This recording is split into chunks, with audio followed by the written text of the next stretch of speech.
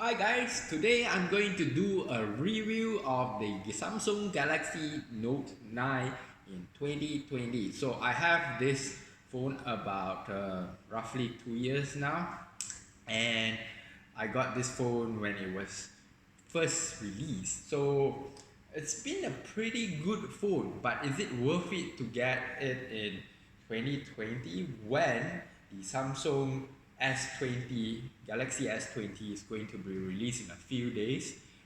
That will be in February 11, and it's already February the 7th now. So, is it worth it?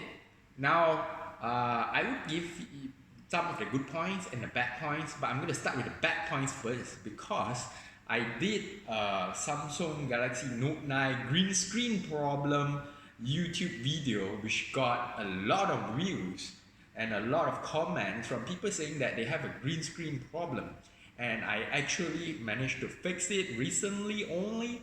And luckily I had a 2-year cover for this phone from the shop, and they fixed it, and they replaced the screen, and it's working fine now. And I told you guys that I'll do a review, so that's what I'm doing right here now. The review of the Samsung Galaxy Note 9. Is it worth it? Like I said, you're gonna get the Samsung Galaxy Note 9 green screen problem, which I mentioned, and that seems to only occur a lot with the people from the comments with the Samsung Exynos processor version. Now, this version is sold in Asia and Europe and not in America, right? I think it's also sold in South Korea. The Exynos is Samsung's microprocessor.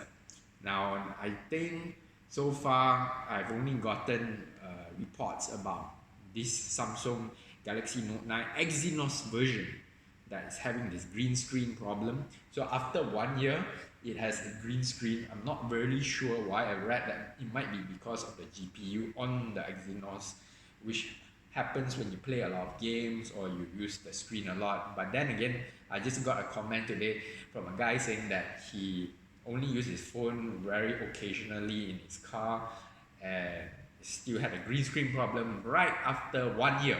So most people have a 1 year warranty, and it's going to cost them a lot of money to replace the screen. So is it worth it still to get the screen replaced or buy a Samsung Galaxy Note 9? So this video is about that. I'm going to tell you guys that if you can get it replaced, yeah, it's totally worth it because Samsung Galaxy Note 9 now has been updated with the One UI second edition. It's really fast. I think that the battery life has been much better for me, or at least on par with when I first got it, because I've been complaining about battery life for this. It's not as good as say the 4000 milliampere Huawei Mate 10 that I have. I also did a video on that. I'll link both the Samsung Galaxy Note 9 green screen problem and my Huawei Mate 10 review down below. So if you guys want to check it out, you can. By the way, I'm doing this review on the Huawei Mate 10 front camera. So if you like how it looks, then you guys should really check out the Huawei Mate 10. I'm not getting sponsored by them. In fact, the review of Huawei Mate 10 wasn't that completely good, but you guys should check it out if you want a replacement for this, because I know a lot of you guys are looking for a replacement after having a green screen problem and not having a warranty. But if you can get this cheap, second hand, go for the Snapdragon version, which is the Qualcomm Snapdragon processor. The Note 9 has a Qualcomm Snapdragon processor, and it was sold in the US, but it's now being imported into Asian countries. You can just buy them online, get the second-hand one or even the first-hand one. I think they are much better, they are much faster than this. But I'm going to give you a quick review of my Samsung Galaxy Note 9 on the Exynos version right now. Is it worth it? Well, first of all, the build quality for me has been really good. As you can see, I kept it in pristine, like super pristine, even in mint condition. It's even wrapped in plastic still. I have a tempered glass screen protector for the back camera, tempered glass screen protector for the front screen. As you can see, I think that is the tempered glass. So if it hits the ground, it's not going to break. So far, it's been, they're protected quite a lot, so there are no scratches on it at all. You can see it's still shining. This is like the chrome version, so it's pretty nice. The back is supposed to be a fingerprint magnet, that's why I didn't even bother taking out the plastic protector. So I got myself a case that is also shock-proof, so you can see it's really protected. I really want to protect it because this is a really expensive phone when I first got it. I didn't get the second-hand version, so yeah, there you go. This phone here for me is quite useful. I've been playing Mobile Legends on it. So it has it has the ability to support 2 SIM cards right here. The SIM card tray is here. So it has the ability to support 2 SIM cards. I found that very useful because I can put 2 SIM cards. But when you use 2 SIM cards, you can't use the micro SD slot. So keep that in mind. One of the SIM card slots is also a micro SD slot. If you use the micro SD slot, you cannot use 2 SIM cards. So sometimes I use 2 SIM cards, sometimes I use the micro SD card, especially when I'm filming. You can see some of my videos like the Enter the Fat Dragon review, my Huawei Mate 9 review, and my Frozen review. Those were done with this front-facing camera, so you guys can have a look at that. Even the what you may call it, the video that I recently did for the I can't remember, Birds of Prey. Yes, Birds of Prey, the Harley Quinn movie that I just did. I did 2 reviews on that, one spoiler and one non-spoiler. I did it with the front camera, the front-facing camera of this phone, which I use very often. And another thing is that the S Pen helps a lot because I do a lot of videos, right? So when I want to take the video, I've set the S Pen to take videos with double clicks, right? So when I double click, it will take the front-facing video, and that's a good thing. So one thing good about this phone that you would use if you're ever getting a Samsung Galaxy Note is the S Pen, right? It is very important. Like when you're selecting tags, you can select like a whole bunch of tags, and then you can extract the tags. Like you can select it in a photo. So one thing is that I find that when I go to YouTube, let me show you guys YouTube Studio. So when in YouTube Studio, I want to select tags. Let's say I'm editing a video, right? So when I'm editing the video, I want to select this particular tag, like tags here. It's very annoying because it doesn't allow me to like select tags. When I press it, it just edits the tags. It's just annoying. Sometimes it works, sometimes it doesn't work.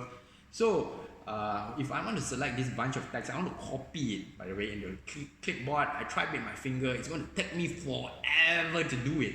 It's super duper annoying. So what you can do is, all you need to do is just take this S Pen and you go to Smart Select, right? Smart Select. And you can just select the entire area here, right? Select the entire area. It's selected. It can extract tags. See that? Extract tags. So it's amazing when you extract tags. The text comes out into your clipboard, and you can copy and paste it. So that is the most amazing thing that I use in this amazing feature that I use with this phone. Plus the ability to take the videos from a distance using the S Pen because it works like a remote control, right? So that's amazing for me, and that is one of the reasons why I will stick with a Galaxy Note. I always would have a Galaxy Note if I'm traveling. You can fix it to your computer DAX. It's amazing. You can use the keyboard with it, your monitor with it. It works like a desktop. Obviously, it does not have the full features. Don't expect that you still have to carry your laptop because that's a Windows laptop. This one, the reason why you want to use the keyboard is you want to type fast, you want to edit things fast, especially like Gmail. Gmail is like a pain to use. Like Google stuff in general, the apps don't work as well. Like even the YouTube app doesn't allow you to do proper editing. It doesn't allow you to do a lot of stuff that you have to use on the desktop. So if you have the desktop version, it is much better. So if you connect this to your what you call that, the USB-C output, it will have the DAX version, which is like the desktop version, which is amazing, right? You can just buy that connector online. It's really cheap now on eBay. Besides that, if you talk about the speed of this phone, is it really that good? Well, it's not as fast as the Huawei Mate 10 anymore. So Samsung software does get a bit slower after a few updates, I feel. It's not as slow as my old Samsung Galaxy Note 8, so it's really good in that sense. For games, it's of course amazing. I have Mobile Legends here, which plays really well. But the problem, right, compared to my Huawei Mate 10, is that I cannot reach to the middle of the screen. So that's sometimes annoying if you're playing certain games, right? For this game, I think it's still fine. But compared to my Huawei Mate 10, where it's nice to hold, this one is not as nice to hold. See, if I want to touch that middle button, it's just annoying. I have to stretch my finger, right? So there you go. It's just annoying. Like, I don't like the form factor for this, right? See, the middle button is just annoying, right? It's a middle button here. I have to stretch my finger just to get to it. So that is one thing I don't like about this phone. But overall, the graphics are just simply amazing. The music itself, you can hear here. Wait, I'm gonna switch on louder. Look at that stereo sound.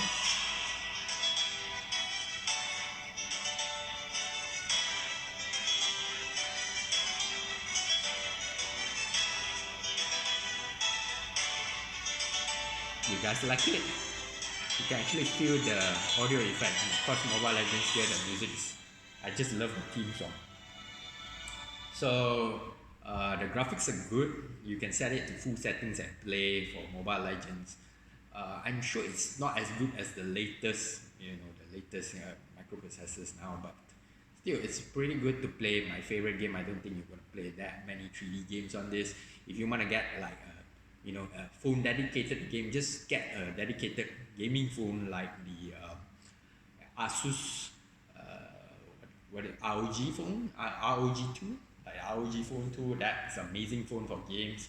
Just don't expect this to be a game phone, but it's still really good for games like Mobile Legends, right? Not all 3D games probably. So besides that, what else can I say about this phone? I put like this magnetic charger port here, so like magnetic plug to fix to a charging port so that I don't destroy the USB port. So the thing was that my old Samsung Galaxy Note had the problem where after using a while, this port gets damaged somehow, gets dirt inside. So when I use the magnetic port, it's fine. I just fix it from outside. There's only one plug that you fix in here. But the great thing is that it has wireless charging. So I charge it. It's not as fast when you use wireless charging. It charges slower, but it protects the battery because it protects actually the motherboard, because you're not going through the motherboard itself, the power. It goes directly to the back, charging the battery, right? That's according to the guy at the shop. He tells me that. I'm not sure. Maybe it does, maybe it does not, but my battery has been doing actually really well. It was actually worse before, and now it's better. So I've never seen that happen before. So like I said, because it's better, because of the update, I think it's not really better. I think it's around the same. It usually gets worse, right? And now it's like the same. So to me, it feels better, and because of that, I think it's still worth it to get the Samsung Galaxy Note 9 in 2020, and it's a very productive phone. Like, you can, because of the screen that's long, you can type a lot of things. If you watch like YouTube videos, which I do, you get this. Let me just show you guys a video so that you guys can see it. For example, my Birds of Prey review. I'm going to do a more So you can in-depth see this. spoiler review. You get this like bars, but you can stretch it. The problem is when you stretch it, the bottom gets cut off and the top gets cut off a bit. You guys notice, right? Yep. But the screen is really nice. I can tell you guys that the OLED screen is just awesome. OLED screen is awesome. The sound is awesome for you to consume video content. But even my Huawei Mate 10 has a LED screen and it's very like white blown, overblown white. You see a lot of like the brightness is very whitish, right? This one is a very dark, crisp colors. Dynamic range is awesome. So when you look at it, you can actually see the difference. So it's really awesome. The screen is awesome. I know they had the green screen problem, but besides that, the screen is really awesome. It's full screen, by the way. So that's something you might consider if you consider the Samsung Galaxy Note 10, because you might want to consider Samsung Galaxy Note 10. It has a better front camera. That's why I also wanted to get the Samsung Galaxy Note 10. It's much faster. I'm sure it plays better games. But it's not like this awesome full screen. It has that little front camera in the middle with a dot that is very annoying, and that's going to happen with the Samsung Galaxy S20 that's coming out soon as well. So that is why I still recommend the Samsung Galaxy Note 9 in 2020, especially before the Note 11 comes out. If the Note 11 has a full screen display like this, then maybe you guys should consider Samsung Galaxy Note 11, but that's still like almost a year away. That's still a few more months towards the end of the year, which is a really long time for me. So, and for you guys as well, right? Since you're looking at this video. So that's something you might consider. But there's another phone that's just out, which is the Samsung Galaxy Note 10 Lite. Now the Samsung Galaxy Note 10 Lite also has this issue with that irritating camera in the middle there. You see a dot there, right? Besides that, it's cheaper and it has the specs of the Samsung Galaxy Note. It has the same processor as the Samsung Galaxy Note 9, but the processor is faster. It has a higher resolution camera, so that was why I was considering it.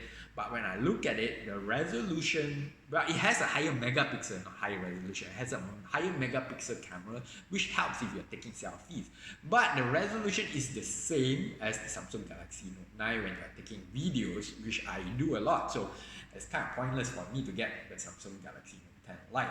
But it's something that you might consider. The only thing is the little camera in front is very annoying. Has the same processor, it has a larger battery, and that is also a very important point for me because the battery here, like I said, isn't that great, right? It's not as great as my Huawei Mate 10, which I'm taking the video on right now. So if you guys want to consider this Samsung Galaxy Note 9 in 2020, you want to check out the second-hand Samsung Galaxy Note 9. Now the Samsung Galaxy Note 9 second-hand, you can check on eBay, check in your e-commerce apps like Shopee if you're in Malaysia, that they are selling at a very, very cheap and reasonable price. So get the Snapdragon version of the Samsung Galaxy Note 9, whether second hand or even new, it's totally worth it. I would say it's still a great phone. The only thing is that there's no 5G, so if you guys are using 5G, just consider the S20 that's coming out soon, or the Samsung Galaxy Note 11, right, or the Note 10 5G. Now the Note 10 5G has gotten a really good reviews for its front-facing camera, which I really need as well. But like I said, I think I would probably get the Samsung Galaxy S20 for the higher resolution front camera. So it has a high megapixel and higher resolution video front-facing camera. Even the S20 that is not the S20 Ultra. The S20 Ultra has like super high megapixels and super high, well, it has the same resolution as the S20 and S20 Plus. So I might consider the S20, S20 Plus, or the S20 Ultra. But we'll see. Until then, the Samsung Galaxy Note 9 has been an awesome phone for me as the headphone jack. The Samsung Galaxy Note 10 Lite also has a headphone jack, by the way, if you're considering that. The only issue, like I said, is the green screen problem. It's a really huge problem because it's a Samsung quality issue, which I think only occurs in Asia. That's why it doesn't, like, it occurs in the Exynos phones. That's why it's not covered a lot in the news. Maybe after these videos I'm creating, it will appear in the news about this quality control issue that Samsung had. So you guys can check it out on the link below. Like I say, you can see the comments there. People are complaining about the green screen issue. So yeah, terrible quality control from Samsung Galaxy, from Samsung. But if you can get a good version, the Snapdragon version, go get this phone. Totally worth it. A really good phone aside from that annoying green screen issue, right? So I'll leave you guys at that. I'll see you guys in my next tech review. Bye guys. Thank you very much.